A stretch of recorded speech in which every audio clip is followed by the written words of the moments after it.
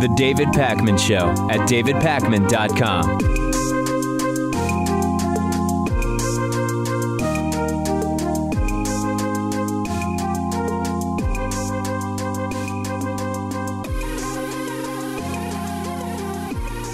We're doing something a little different again today. I'm going to be speaking to Dr. Peter Boghossian, who's a full-time faculty member in Portland State University's philosophy department, as well as author of the book, A Manual for Creating Atheists, on our full program today.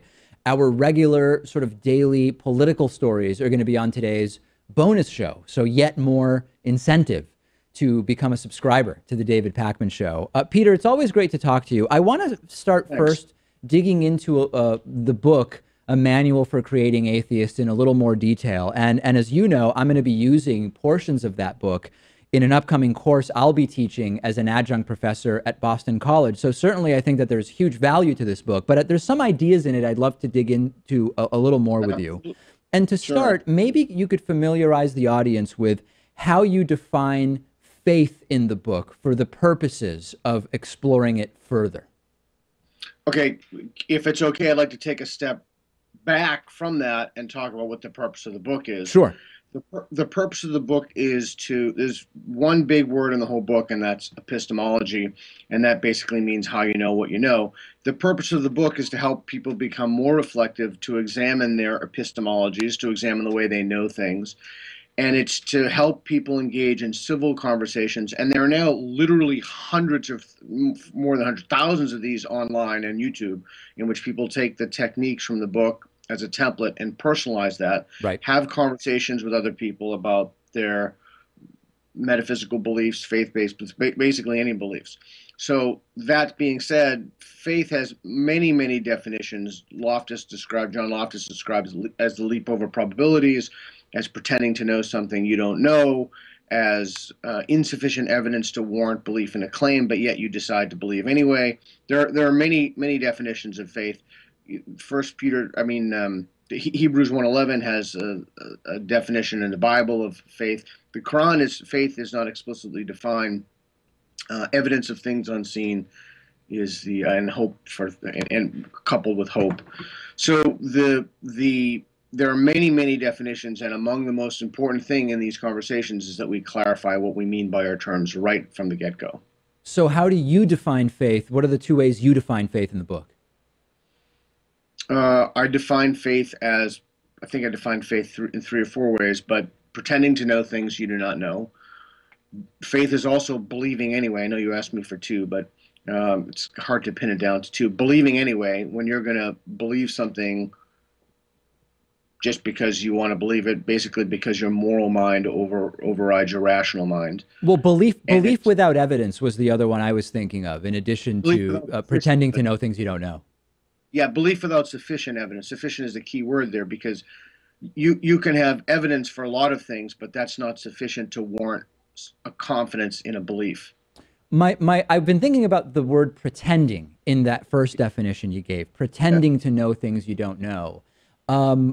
I don't know that that's that common. I mean, a lot of people are probably not pretending. They more than likely, based on the conversations I've had with people, they believe things that you and I might say you can't actually know that based on the available evidence. So talk about your decision to include the word pretending to know things you don't know. Well, if that was the case, why would they have crises of faith? Why does everybody say they have crisis? You don't have a crisis that a pencil sharpener exists, right? No, I think that's fair, but that still doesn't mean at some point one might have a realization. All this time, I've believed to know things that were not supported by evidence, but it's still very difficult to say that at any point someone is pretending to know something they don't know. I don't know. I'm just sort of throwing it out there.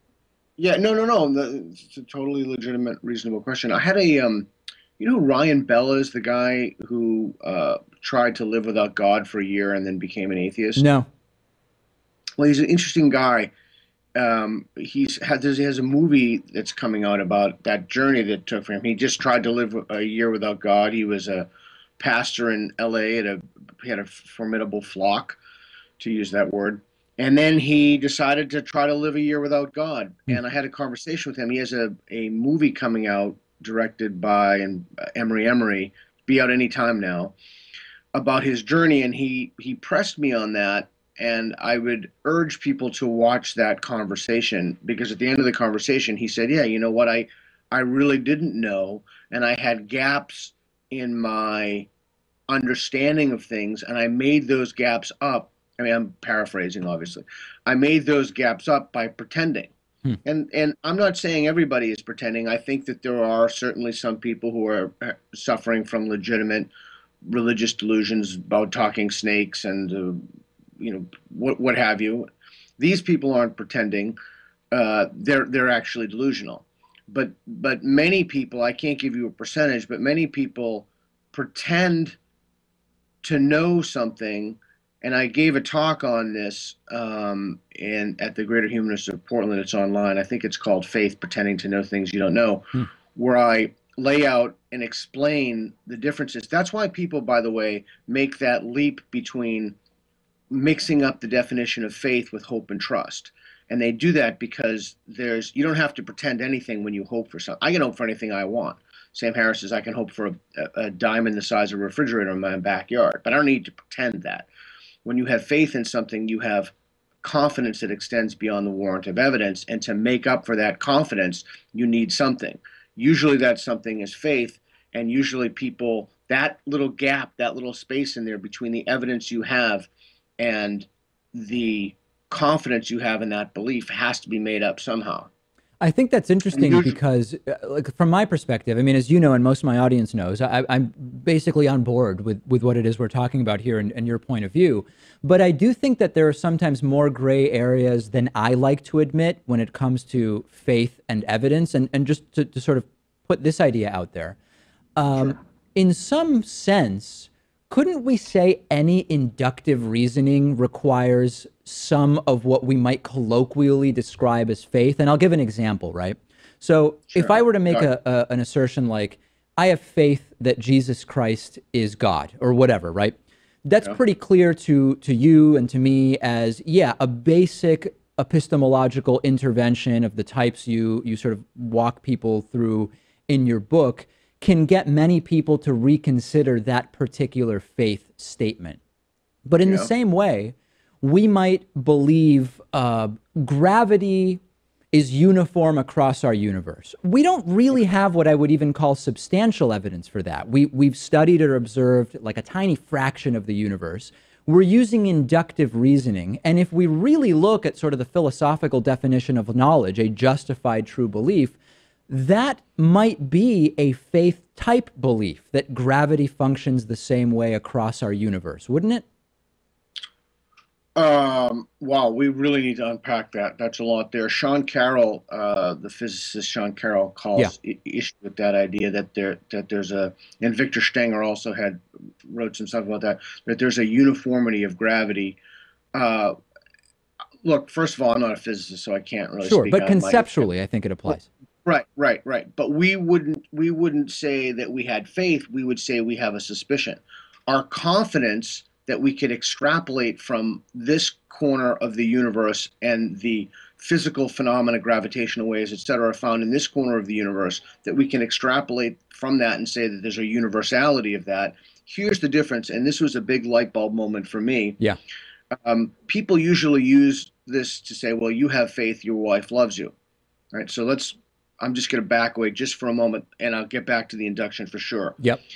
The issue with that is that your wife is a real person who lives with you.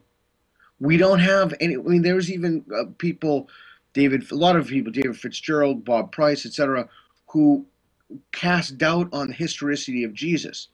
Now, I want to say one more thing. That's not how religious people use the word faith. And let me give you let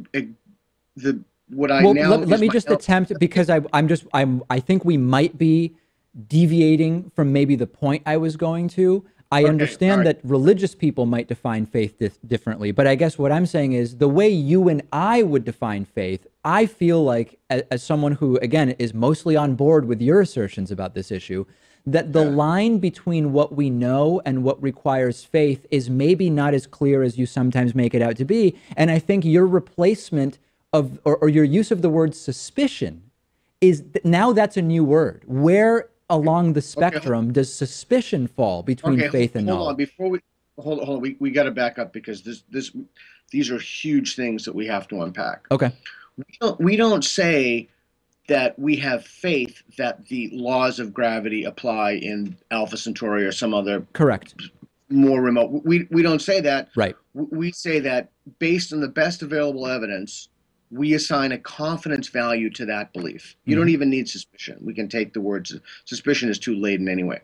But we assign a confidence value to that belief. How confident are we in that belief is directly proportional to the evidence. We don't need to extend the confidence, the warrant of belief beyond the confidence of the evidence. We don't do that in anything else. We don't do that with, how fast Jaguars run. So why would we do that when it comes to claims for which we have even less evidence? It makes no sense whatsoever unless you look at these things as moral claims as opposed to empirical claims. So, like, look, the problem of induction about, we extrapolate from the past. Bertrand Russell has some great stuff about this. We extrapolate from the past to the future and assume that in the future is going to resemble the way what happened in the past, and we do that because we've lived in the past, and we then extrapolate from that. But you don't need any faith whatsoever from that.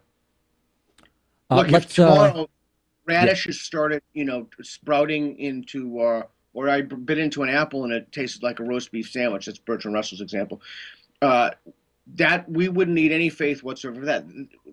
Faith is specifically a word that people use when they do not have sufficient evidence to believe something, but they believe it anyway. That is how people actually use the term, and you don't find physicists using that term in regard to phenomena that happen in remote corners of the universe.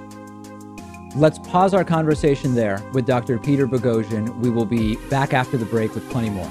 The David Pakman Show at davidpakman.com.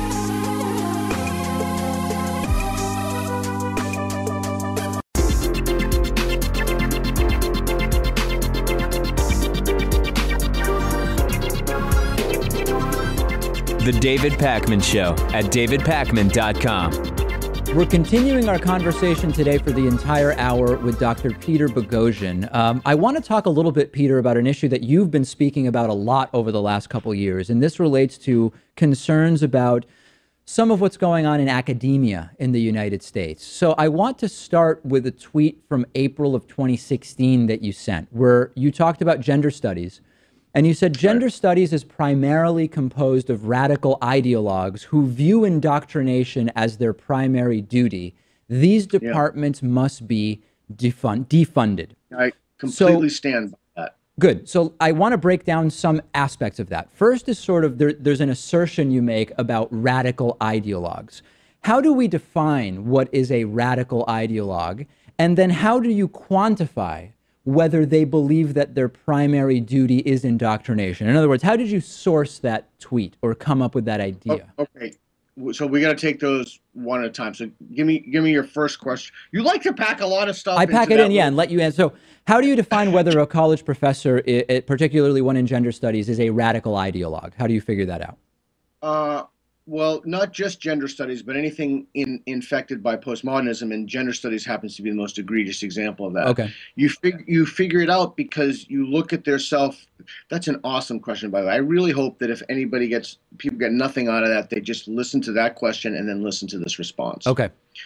We know this because when we look at and I'm happy to email you some stuff about this, when we look at the course descriptions, these are not merely information-based courses. These are ideology mills. They want people to adopt specific views about the world, about homosexuality, which basically I have as well, by the way. But these are ideology mills in which the goal is not to educate, from the Latin educare, to lead out of like, if you think about it in terms of Plato's cave, you're coming from a place of darkness to a place of light. You are putting beliefs into people. And we know that because not only do we look at the course descriptions of gender studies, any gender studies program you want, and I mean literally any and every, but we can also look at the mission statement of peer-reviewed journals. So okay, but hold on. Let's not. I want to focus because of the tweet. The tweet was about defunding gender studies departments based on radical ideology. Yeah, what do we do about that? Well, look, we can do what I tried to do, which is publish a hoax paper, or it was a satire on gender studies to show that the emperor has no clothes. We can make this fact available to parents who are paying tuition for their students to become indoctrinated into these insane ideas. Okay, but hold on, Peter. I think let me slow us down. Usually you're slowing me down. Let me slow down a little bit. Right. So in figuring out whether a professor is a radical ideologue, you said you look at whether the syllabus includes ideology rather than teaching, or how do you determine that? Like, what would be an example of a syllabus that would indicate we're dealing with a radical ideologue? No, not a syllabus. This is way beyond a syllabus. Okay. This is the whole department's mission statement. Okay. This is their mission statement, and I would look it up right now, but we're live on camera. But this is what this isn't me. I want to be crystal clear about that. This is not me saying this. This is them saying this. This is in their own words what they want to do. They are activists. Look how many times the word activism appears in their course descriptions. These people self-describe as activists. And on what basis? On what basis should an academic department be funded or not? Well, based upon whether or not their conclusions accord with reality. As determined by whom? I also think we should defund theology departments as well. Well, look, okay, so there is a broad spectrum of this. At one end, you have theoretical physicists who are positing ideas about the nature of the universe, unified field theory, string theory, all the stuff that I don't understand. Okay. And the argument has been made that there's not enough evidence for that. Okay, great. But these people aren't claiming to know this. These are not, here's the difference. Daniel Dennett said it best. Philosophy, the discipline that I'm in, when you work in philosophy, you should be doing work of abiding significance. Those are Dennett's terms that he uses in a little paper called CHMESS, C-H-M-E-S-S. Chess with the mess in it. The difference between somebody wasting their time working on issues of non-abiding significance is it really doesn't, the papers inside it really doesn't make any difference. I think I heard a lecture in which 80% of papers in humanities are only cited one time, if at all, 0 to 1 times. Gender studies and disciplines infected by postmodernism are different in that they're morally motivated. So it's not just that they twiddle their thumbs and work away on esoteric problems, how many grains of sand in a heap and things like this, but they work to radicalize and galvanize people into moral ways of viewing the world.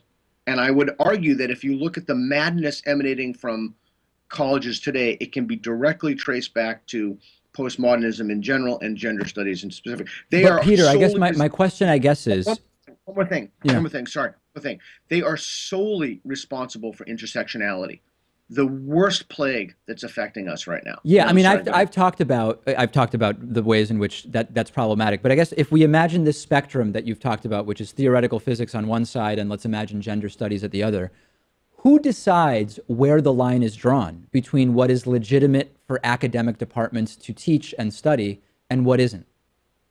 Okay. If you were to go back 50 years, that question would be easy. You'd say, does this stuff pass peer review? Does it muster are there lines of literature on this? But we can't do that anymore. It's almost like phrenology.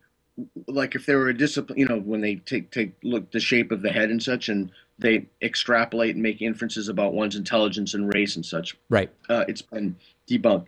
So if we look at what's happening now in gender studies, these people are making their own journals. Admittedly, this isn't just gender studies, but in gender studies, you find the worst examples. Yeah, we can focus on that since it's a good one for us to discuss.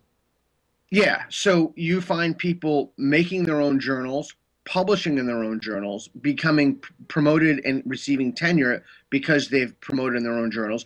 But do this stuff has physicists do the same thing? I mean, physicists have, I feel like we're in a Seinfeld episode, dentists have their own schools. Physicists have their own journals, and those journals and publication in those journals is also used, right? I guess what I'm trying to drill down at is how can we objectively distinguish? Okay, well, look, but the difference in physics is we can make assessments about physical phenomena of the world, and those are empirical questions. Gender studies is dealing with moral issues, and they're making moral pronouncements of issues, and they're backing this up by their own invented corpus of literature. And again, I'm on board with most of these conclusions about egalitarian treatment of people, transgender people, like I'm on board with that. But that is not the role of an academician. That is certainly not the role of an academic department. That makes a mockery of our institutions because it turns the peer review process into a sham. And the way that it does that, and then I'll get back to your issue of defunding, the way that it does that is they're morally motivated, they manufacture their own lines of discipline, they get promoted in tenure, and when you attempt to call them out on this gets back to the earlier segment we did about faith. They believe anyway, right? They're going to believe anyway. Here's an example. Do we want to defund, I don't know, give me an example of a discipline. Do we want to defund engineering? Well, no. Okay, yeah. Why? Right. Yeah, well, because there are actual bridges. You go in and you learn a skill about the world. It is an empirical skill. Okay, that's a perfect spot. I mean, here's really what and I'm wondering if we can sort of talk this through together and see if we end up at the same place. Are you in agreement that gender is important to Homo sapiens? In other words, when we think about Homo sapiens and the culture that Homo sapiens live in, is gender relevant? I would think, of course it is. Yeah, you would think it is. Okay. Generally, is there academic value to studying issues of importance to Homo sapiens? Yeah, and I know where you're going with this. Well, where I'm going is, it sounds like you disagree with a lot of what is the way in which gender studies is being taught, maybe the people that are teaching it, the way in which you believe maybe there's this closed loop of sort of credentialing of gender studies through internal peer review, their own journal, so to speak. But it's hard for me to make the case based on what you just said, which is gender is a very relevant element of human society, and that it's important to academically study issues of importance to human society. Based on that alone, it's hard for me to argue there should not be gender studies departments. Okay, so some of the best research on gender does not come from gender studies departments. They come from sociology departments. If you want a rough guide to figure out whether or not a discipline is legitimate, ask yourself, and by legitimate I mean correlates its facts to external reality. Ask yourself if the methodologies they use, their epistemologies, if you will, are manufactured or they're not. So, for example, bridge building, to get back to engineering, and most disciplines out of the humanities, the hard sciences, we use the scientific method. If you want to justify a moral conclusion that you make, but you can't do it, you can't reason your way to it, one thing that we see now in postmodernism, disciplines infected by postmodernism, is that they make up their own methodologies to justify their conclusions. For example, autoethnography is and I would urge your viewers to Google and look up autoethnography because it's just so crazy. Autoethnography is the idea that you basically do self-interviews and relate them to the literature in some way. It's your own, and the body of literature on autoethnography and the individual papers coming out about autoethnography will absolutely blow your mind. Okay, that's fair, but just to keep us laser focused, if we can, it sounds like we're in a blurry area in the sense that you don't like gender studies as taught by gender studies departments, but you're conceding that gender studies is important to human society. Gender is important, and then I will tell you something that I find fascinating, if you don't mind. Gender is important. I think there's overwhelming evidence that these. Let me say something. I cannot tell you why this is, but I find this to be absolutely fascinating. My wife is an anthropologist, and she has an MD. That's somewhat beside the point. But when she was getting her MD PhD, she met many people working in cross-cultural women's issues. And I like the work of these people. I'm not going to tell you their names specifically. So I said to my wife, I would like to use this person, these people, as an example of somebody who's doing really good work on gender. In this particular example, and I'll tell you why I'm not going to give you specifics in a moment, this woman worked at the intersection of public health policy and transgender issues and AIDS. It's also some really good stuff about travestis in Brazil, etc. So my wife said, well, why don't you call her up and make sure it's okay that you use her name? And I said, well, absolutely. If someone wanted to use my name and my work, I do, absolutely. So I called her up, said who I was. She said, oh, yeah, and I said, I'd like you to use your name. And she said, no. And I said, really? And she said, no, I'm just not comfortable with that. And I said, okay, can you give me the example? Can you please give me 3 or 4 examples of people you consider to be doing good work in gender studies or with gender in particular? And she said, no. And I thought, wow, that's really interesting. And then I just kind of wrote it off as an anomaly. I have subsequently asked 2 additional people I respect, people whose work I respect, if I could, maybe I'm too controversial a figure, I don't know, or if they could recommend somebody else, a version of what's called snowball sampling. Can you recommend somebody else's work that I can read or that I can look at? And both of those people said no. So there's that's very interesting to me. And, maybe academicians don't want to go public, but I think that there's something in the nature of this field that is absolutely toxic at its core.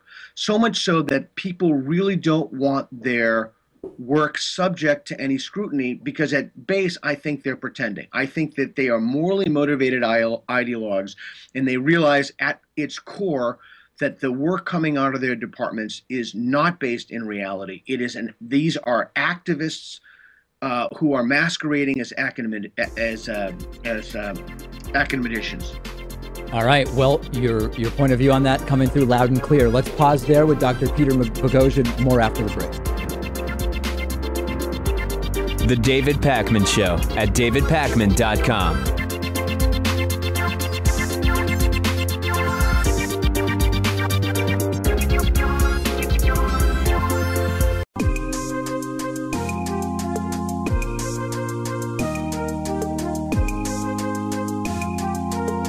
Welcome back to the David Pakman Show. Let's continue our conversation with Dr. Peter Boghossian. Peter, an issue that I'm very interested in, because I think that it is very often portrayed inaccurately on the political spectrum by both sides, is that issue of what is often called white privilege. Now, you've written about white privilege. For our conversation, I want to restrict our conversation to the United States specifically, and I think it'll sort of become relevant as we go on. Do you believe that in the United States in 2017, there is any degree of what is colloquially referred to as white privilege? Yeah, can I ask what you mean by that? Because we may mean different things by that. I guess by white privilege, I mean an unearned deference that one has by virtue of being or being perceived as, and the perceived as will be relevant to our conversation, in a majority white country by virtue of being perceived as white. Do I think that confers social or confers advantages on people? Sure. Yeah, I do. So talk a little bit about where you see white privilege as a real thing and where you think that some assertions about white privilege sort of go off the rails. Oh, this is a huge conversation. 15. How long do we have for this segment? Well, let's try it. I mean, I think let's consider it an overview conversation, something we might dig into in more detail at some future point. So is it more or less, so this is an empirical question to which I do not have the data. It's outside my area of expertise, but this is a way that one would think about the problem. Is it more or less likely that somebody who's black or perceived as black would be pulled over by the police for a minor infraction in a vehicle than somebody who's white or perceived as white? My hunch would be to say yes, although I watched the Larry Elder and Dave Rubin video that really made me think that my belief in this could be um, might not be as evidence based as it is. And I have to say, I don't have the evidence, but I do have what I think are good ways to think about the problem. Yeah. So, and then what are the consequences of that? What are the consequences for the criminal justice system? I mean, we know by and large that the criminal justice system is geared toward money. So if you're wealthy, you have more opportunities to get off, even if you're guilty, frankly, than if you're not. And we know that that poverty is, I wouldn't say endemic in the black community, but I would certainly say statistically there are larger numbers of African Americans living in poverty than there are percentages of whites. So I do think that white privilege is something that's real. It may correspond to economics. It may also correspond to the fact that black on black crimes are perceived as, so again, that the whole issue is just so charged that we have really created a, I notice that I'm being far more judicious in my words, because I know that any misstatement or anything that I can say will be perceived as something else. I don't think we're ready to have an honest conversation about this. I think we're very far from it. I mean, just to give you like an anecdote, you know, I feel like I have white privilege despite being unclear as to whether I'm white. And what I mean by that is I'm a Hispanic immigrant to the United States, whose ethnicity, I'm from Argentina. My ethnicity is Ashkenazi Jewish, right? And I am sort of, and I use the term lucky, maybe it's not the exact right term, but I have benefited from the reality that I moved to the US when I was 5 instead of 10, and thus lost my accent when speaking English. And because my ancestry ethnically is European Ashkenazi Jewish, I also am perceived as white. Now, social class being the same, education being the same. Excuse me, you're visually perceived as white. Visually perceived as white, yeah. So holding my social class level and sort of my education level the same as it is, I am very aware that when I have an interaction with police, my ability to say what I think is concerning about their behavior, if I see them harassing someone on the street, or when they show up at a loud wedding party that I'm at, like I was at last week, if I had darker skin and had learned English 5 years later and thus had an accent, my intelligence would be the same, my social class, you know, holding everything else equal, my relationship with the police might be different. My comfort level in being sarcastic or indifferent would be different. So I think that this is sort of an interesting idea that I've lived myself, you know? Yeah, I think everything you said, while I don't have any evidence for it, I don't have faith in it, I think it's probably true. I think it's probably true. If I may interject something else, this is kind of a secret I don't want anybody to know, but it's a good reveal on your show. If you think having white privilege is something, wait until you get to be my age. Then you actually see it. I mean, you know, gray hair, older guy privilege is awesome. Interesting. Yeah, I mean, everybody treats it. Seems like just yesterday I'd walk into a store when I was a teenager and people think I'm going to steal stuff. And a little while ago I was in a store and someone said, "Oh, sir, I need to leave. Can you watch the store for me?" I'm like, what? But yeah, even when you go somewhere, you know, like I go and I don't have my ID on me and I need to go to a bar, a few drinks, and I just point to my head and people go, "Oh, okay." But I have definitely felt older age. I don't think I'm old age yet, but I've definitely felt middle age privilege among the police. Everybody calls me sir. So I think that there are definitely, you can extrapolate outward from that.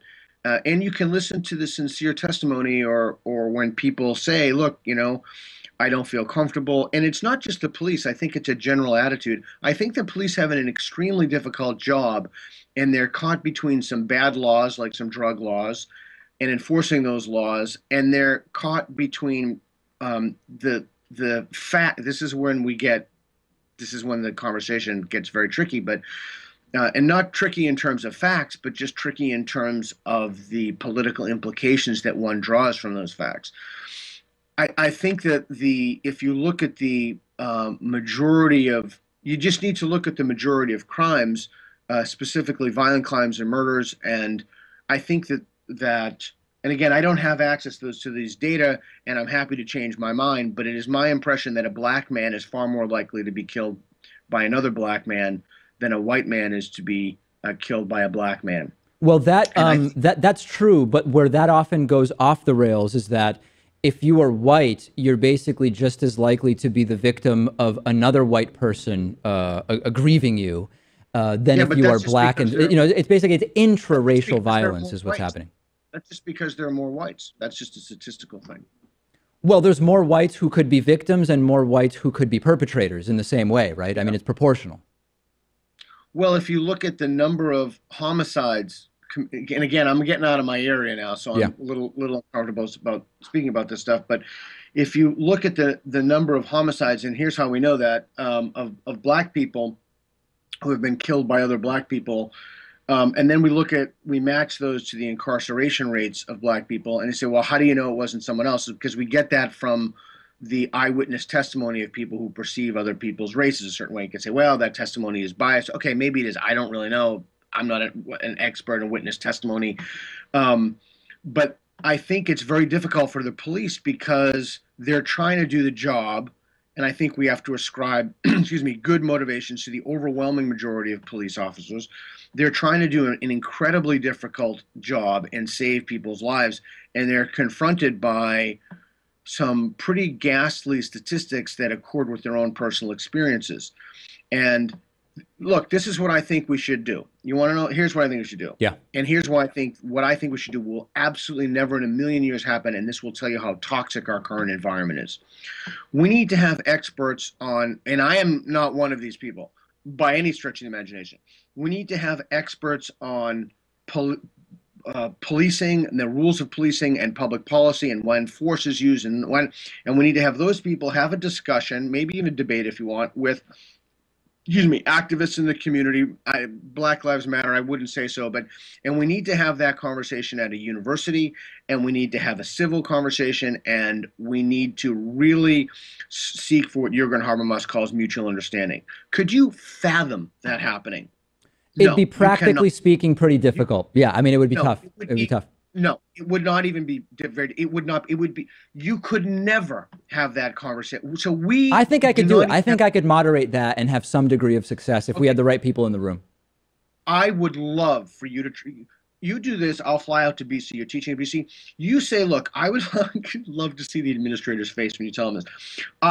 I think that we should have that I would like to moderate a conversation between people. Now, get actual policemen, not people who are professors who theorize about the police. Get people who are actually involved in these decisions and it can explain to people, and then get people on the other side of the room, try to bring them together, have a civil conversation. I don't think any administrator will approve it because I don't think we're ready to have those conversations.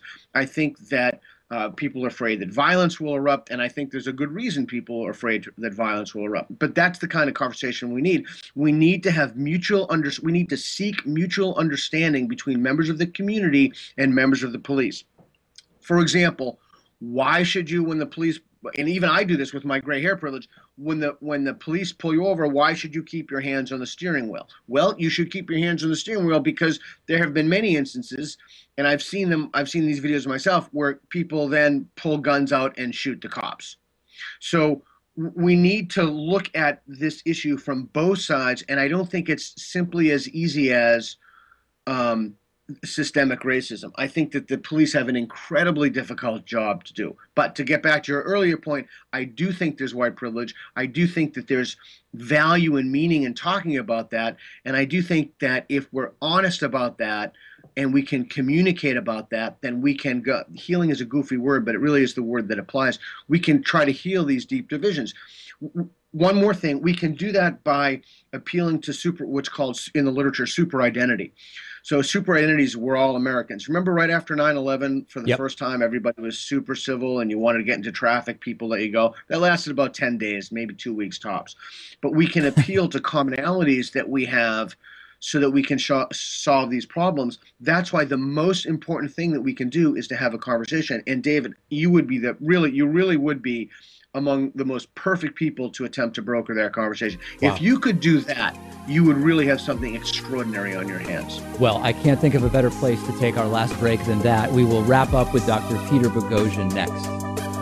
The David Pakman Show at davidpakman.com.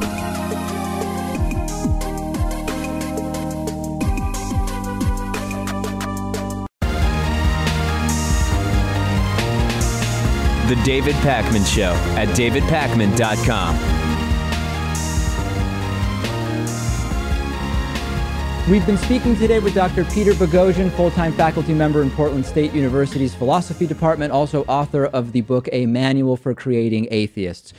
Peter, when you take a sort of broader look as to what's going on in American politics, you know, everybody has their sort of general assessment. What put Trump in the White House? What does this mean for the future of one political party or the other political party? Stepping back from the sort of day-to-day politics and firings and scandals and whatever the case may be, do you agree with me that we are increasingly separating the political world from any sense of epistemology, critical thinking, the importance of the facts as we can know them over the last, I don't know, 6 months, 5 years, 10 years? Like, are you on board with me in that departure that we're seeing?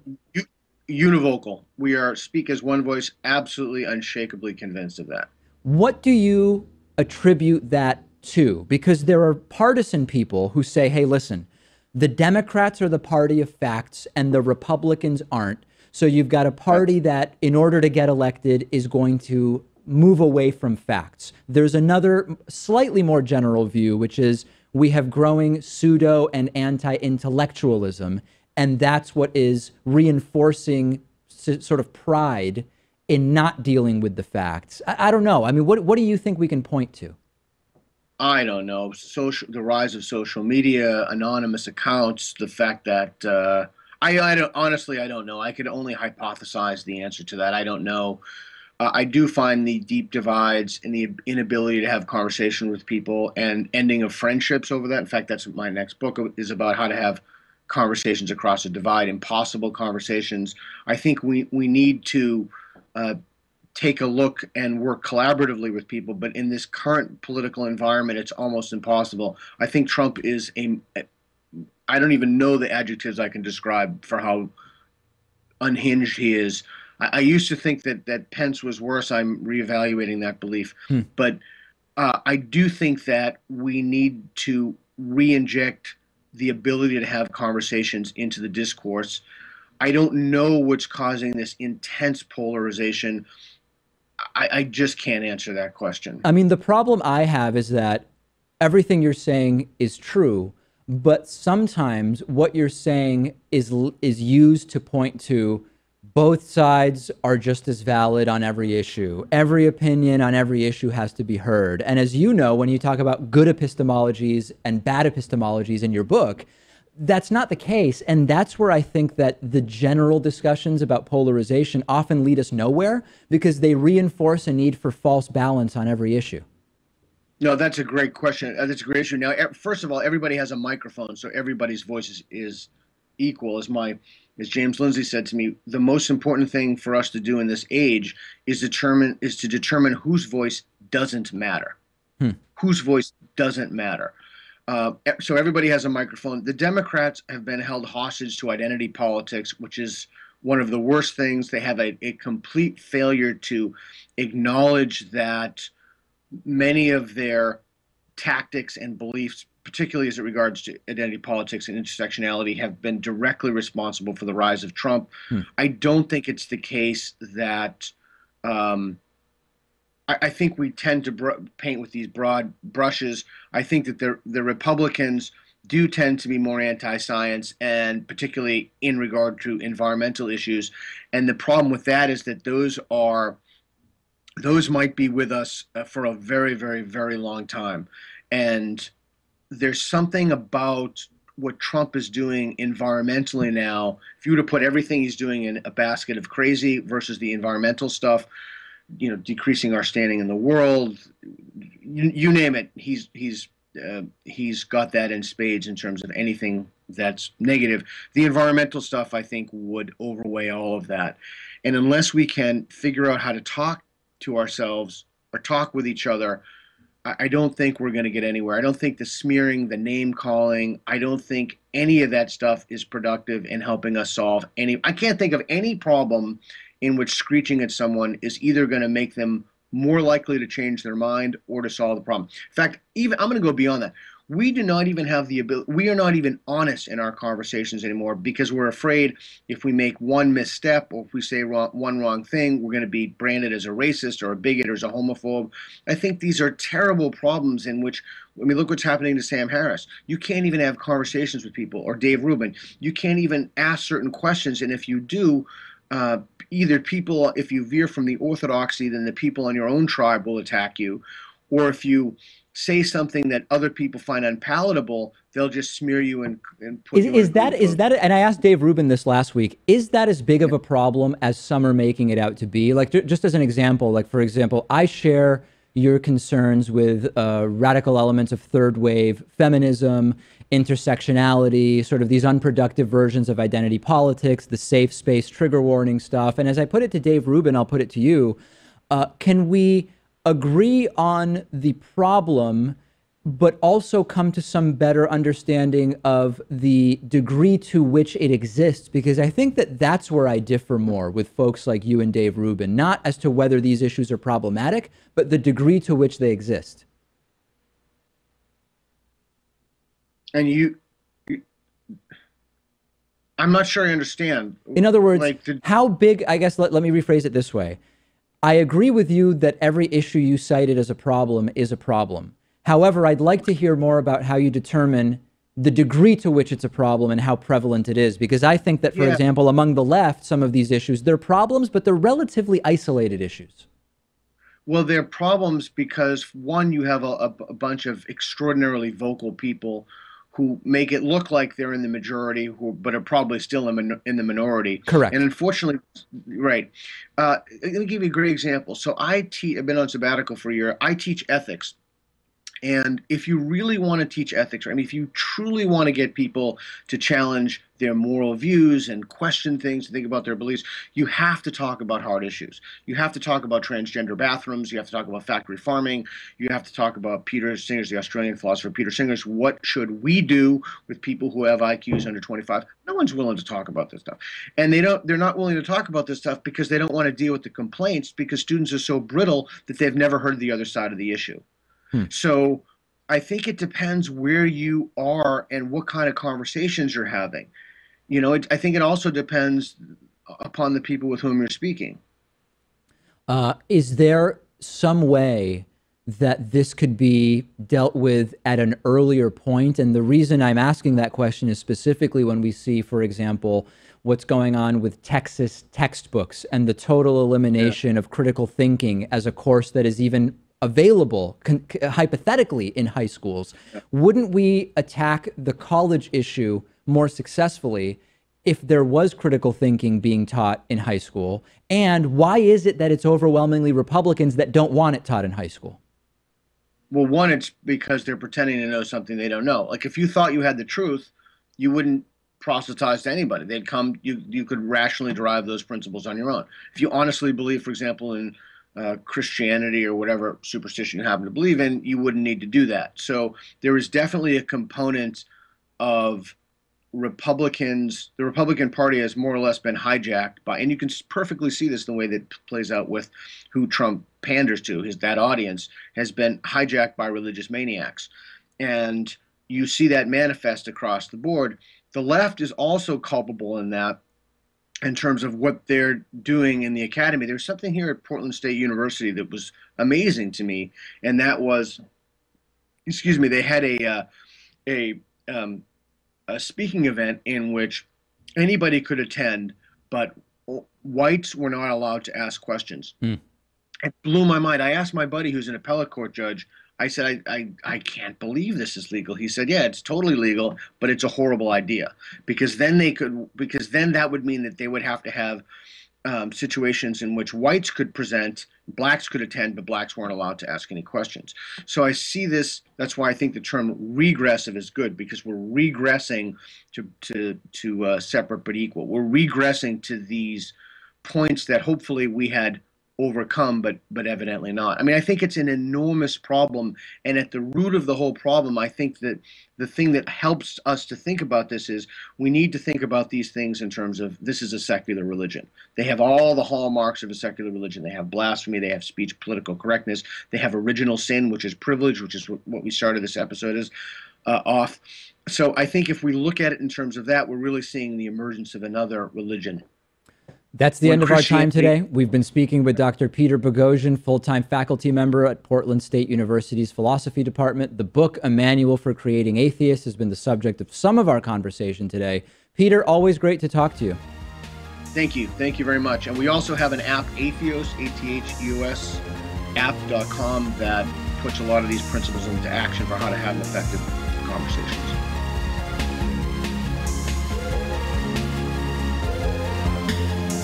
The David Pakman Show at davidpakman.com.